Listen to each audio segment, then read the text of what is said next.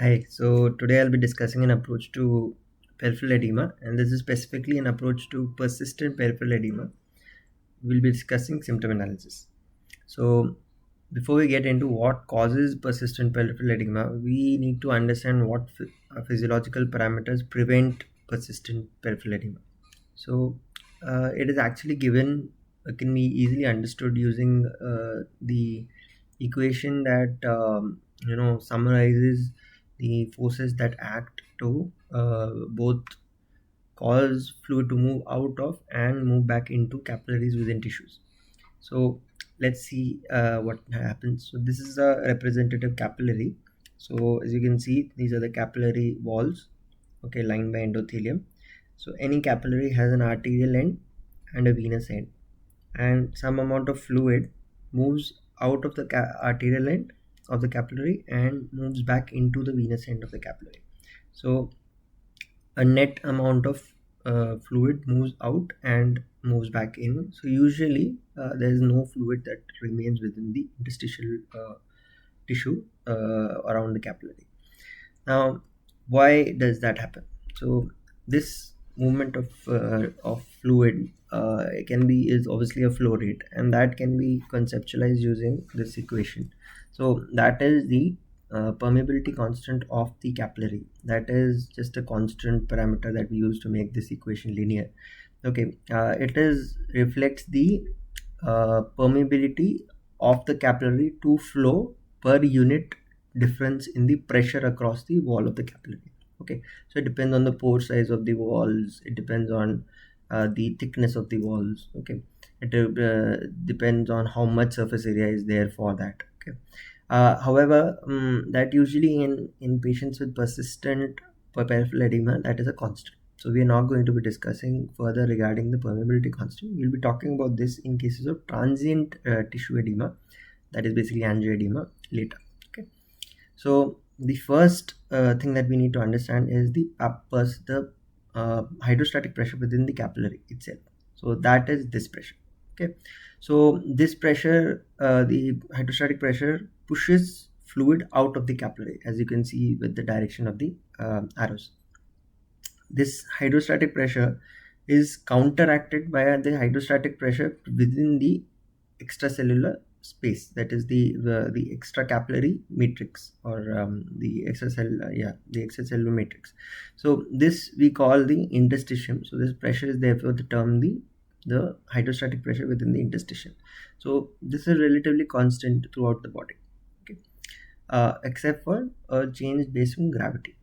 Now that same pressure is also reflected within the hydrostatic pressure of the capillaries. Okay, now as you can see, as you move along the capillary bed, there is a very subtle, I don't know if it's appreciable, but there is a subtle increase in there is a subtle decrease in the hydrostatic pressure within the capillary, because the arterial end by definition is closer to the arteries, and as you go along the length of the capillary, because of the length of the capillary and the resistance to flow, there's a reduction in the hydrostatic pressure. So the hydrostatic pressure within the capillary is lower on the venous end than at the arterial end, but very mild, slightly so. Okay, now the interstitial pressure remains the same, both at the arterial end and the venous end. And finally, we have our oncotic pressures. So oncotic pressures are basically the pressures, the pressure created by water loving or hydrophilic molecules within the two compartments. Okay, so the main such molecule in our plasma is albumin. So albumin produces wants to hold on to water, and therefore produces a certain pressure that sucks in water into the capillary lumen. And most capillaries are not permeable to albumin, so therefore the interstitium has very low albumin levels and therefore has much lower oncotic pressure. Okay, so the interstitial oncotic pressure is low, and the oncotic pressure within the capillary is slightly higher. So as a result of this, what happens is that there's a net suction produced by the oncotic pressure within the capillary lumen. Now as you go along the capillary bed, this is noticeably there's a change in the oncotic pressure within the capillary.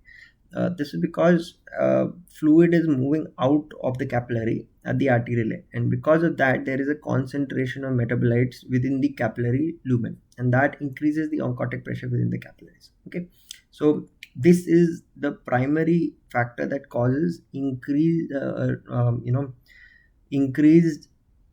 suction of fluid back into the capillary at the venous end, and the hydrostatic pressure increase was the primary factor that was causing movement of fluids from the capillary lumen into the interstitium at the arterial end. So now that we know what are the forces that are acting, and we have given a mathematical expression for it, we can go on and discuss what exactly causes peripheral edema. So that's very obvious. So it's either see, as you can see here, there is an increase in the amount of fluid that is coming out of the arterial end and a decrease in the amount of fluid that is being sucked in back into the capillary at the venous end. This difference is due to one of these or many of these factors. So it could be due to an increase in the hydrostatic pressure of within the capillary. Okay, it could be due to a decrease in the oncotic pressure within the capillaries. Okay, now the interstitial oncotic pressure and the interstitial hydrostatic pressure are relatively constant parameters in a given tissue, so they do not change. So it's either one of these two things that will result in. Okay, so let's make a diagnostic framework using this. So diagnostically speaking, peripheral edema is either the result of an increase in the hydrostatic pressure within the capillary or a decrease in the oncotic pressure within the capillary. Now this is or importantly, because both can be there in a given patient. An increase in the pulmonary capillary hydrostatic pressure could be due to an increase in the total intravascular fluid volume. So the pressure within any cavity, okay, is equal to the compliance times the volume.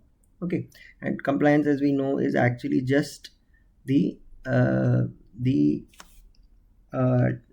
what do you say, the change in pressure for a small change in volume. Okay, so that is the pressure that develops within a capillary or any fluid filled cavity. Okay, so if the volume increases, then naturally the hydrostatic pressure within the capillary will increase, but this is the intravascular volume, importantly. Okay, so now the intravascular volume within any given patient would increase only because of either there is a net decrease in the urine output, or there is activation of the renin-angiotensin-aldosterone system. On the other hand, we could also have an obstruction to distal flow. So this is your capillary, and somewhere distally there is an obstruction to flow. So as a result of that, there is back pressure, and that results in an increased capillary hydrostatic pressure. Okay, so these are the two primary mechanisms that result in increase in capillary hydrostatic pressure. And importantly, there is a distinction that can be made based on the level at which the obstruction has occurred. Okay, so one is that it could be proximal to the point at which the hepatic vein drains into the inferior vena cava. Second is that it could be distal to the drainage of the hepatic vein into the inferior vena cava. Lastly, decreased oncotic pressures within the capillary are always due to a decrease in serum albumin, because that is the primary hydrophilic molecule at significant concentrations within human plasma. So now I've rearranged these causes right next to each other, and we'll try to differentiate, and I'll try to justify my reasoning here as to why I have clubbed them into these four buckets. Okay, so it's basically because these four entities, all of them cause an increase in interstitial fluid within tissues, usually in a gravity dependent manner, so usually in the feet, around the ankles and feet.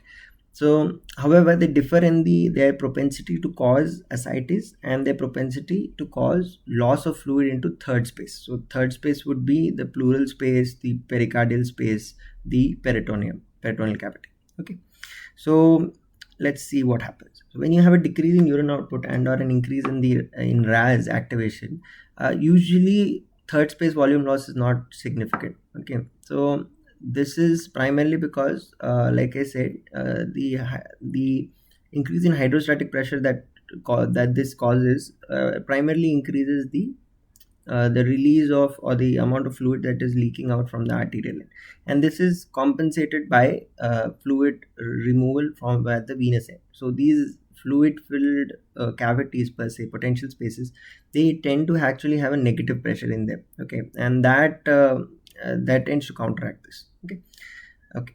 Now, on the other hand, when you have an obstruction to the inferior vena cava, or rather the venous outflow, uh, whether or not it is proximal to the hepatic vein drainage into the IVC is an important factor.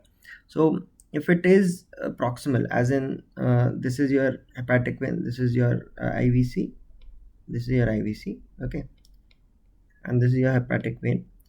If the obstruction is here, that is before it drains into the inferior vena cava, then because the hepatic vein obviously is draining the liver, pressures within the hepatic sinusoids don't increase, so you don't get ascites. Okay, you don't get fluid accumulation, significant fluid accumulation within the peritoneal cavity. Similarly, you don't get third space volume loss into other places either. On the other hand, if it is distal to the hepatic vein drainage into the IVC, so this is again the hepatic vein and this is the IVC, and the obstruction is here. Okay, so in that situation, the hepatic vein pressures increase a lot, and that causes an increase in the sinusoidal pressures within the liver that results in fluid seepage into the peritoneal cavity, resulting in prominent ascites. Okay, and this ascites can actually predate, or it can be before the development of peripheral pedal edema, and then that situation, it is then called ascites precox. It's called ascites precox. Okay, now naturally the loss of fluid into other third spaces, that is, would be not there in these cases. However, when you have hypoalbuminemia, there is generally an abnormality of or there is a decrease in the suction pressure produced at the venous end of the capillary. So as a result, ascites and other third space volume loss is a common finding. Okay, but it is usually not that significant. Okay, it's not proper clinically evident ascites till later in the course of the disease. So let's see what entities can be could put into these categories.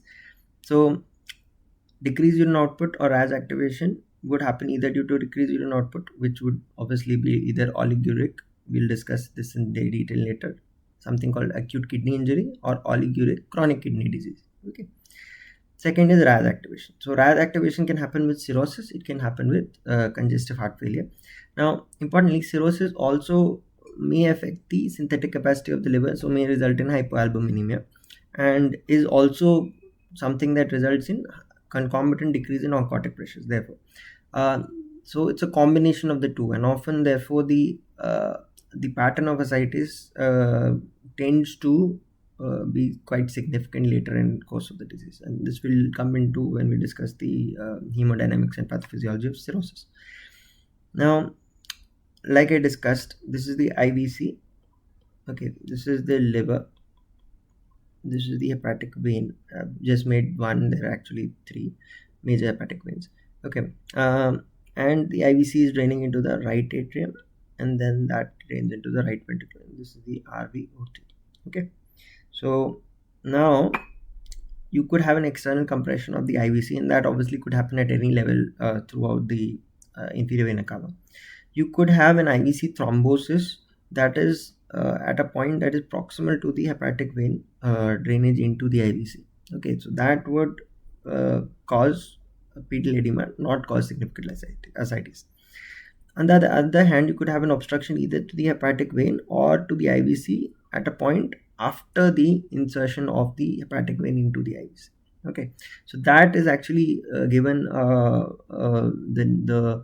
the moniker of Budd-Chiari syndrome, and we'll be coming to the discussion in detail later. Next is an increase in right atrial pressure. So the right atrial pressure can increase, that functions like an obstruction to the inferior vena cava at a point distal to the insertion of the hepatic vein into the inferior vena cava. Now, actually, if you recall, I've already discussed this in our approach to chronic dyspnea, okay, and approach to diastolic dysfunction. So, this increase in right atrial pressure could be the result of increase in distally in the increase in the right ventricular pressure. In systole, that would be RV systolic dysfunction, which is RV failure. Okay, it could be increase in RV diastolic dysfunction. Now, this, if you remember, I had recalled using the mnemonic RICH.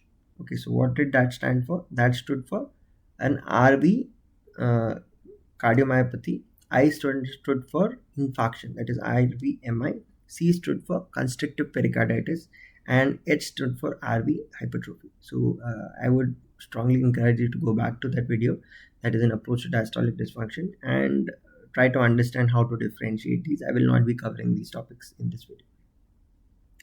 On the other hand, hypoalbuminemia or decrease in serum albumin could be due to decreased production of albumin, or it could be due to increased loss of albumin. So decreased production could either be nutritional, and like I just discussed earlier, it could be due to cirrhosis. On the other hand, increased loss is always due to one of two things, that is nephrotic syndrome, that is loss of protein or albumin from the glomerular capillary bed into urine, and protein losing enteropathy.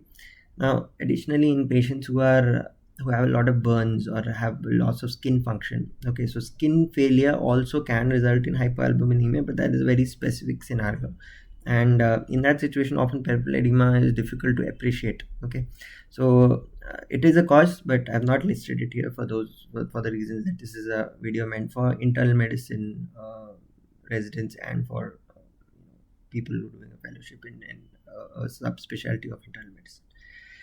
Okay, so finally, even under normal capillary stalling forces, there is a little bit of fluid that is not reabsorbed from the venous head that had come out of the capillary bed on the arterial line. So there's a net accumulation of fluid within the interstitial of the tissue drained by the capillary. So this extra fluid is actually removed by lymphatic drainage of that tissue. And if you have edema secondary to obstruction of this, we call it lymphedema. Obstruction to lymphatic drainage typically also results in a gradual change in the constitution of the extracellular matrix of the tissue that has been affected. And a similar change, analogous change, also occurs with hypothyroidism or hyperthyroidism related mixed edema. So in that situation, in case of hyperthyroidism, your thyroid stimulating immunoglobulin, the antibody, induces the production of IGF-1, that is insulin-like growth factor 1, which results in local fibroblast proliferation, and that produces interstitial collagen. Okay. Similarly, in hypothyroidism, you end up having an accumulation of glycosaminoglycans in the extracellular matrix. So either way, all three entities result in an extracellular matrix that is quite hydrophilic, so it holds on to water more than normal extracellular matrix, and therefore something interesting happens. Okay, that is, you end up with a tissue that on manual application of pressure does not distort as much as you would expect with this much of edema. So in a normal patient with edema, when you apply manual pressure, the tissue distorts and then takes time to come back to its original contortions. However, in patients who have either lymphedema or hypothyroidism related mixed edema, this takes much longer than expected. Okay, and this is an important clinical distinction. So we actually differentiate this by using the term pitting.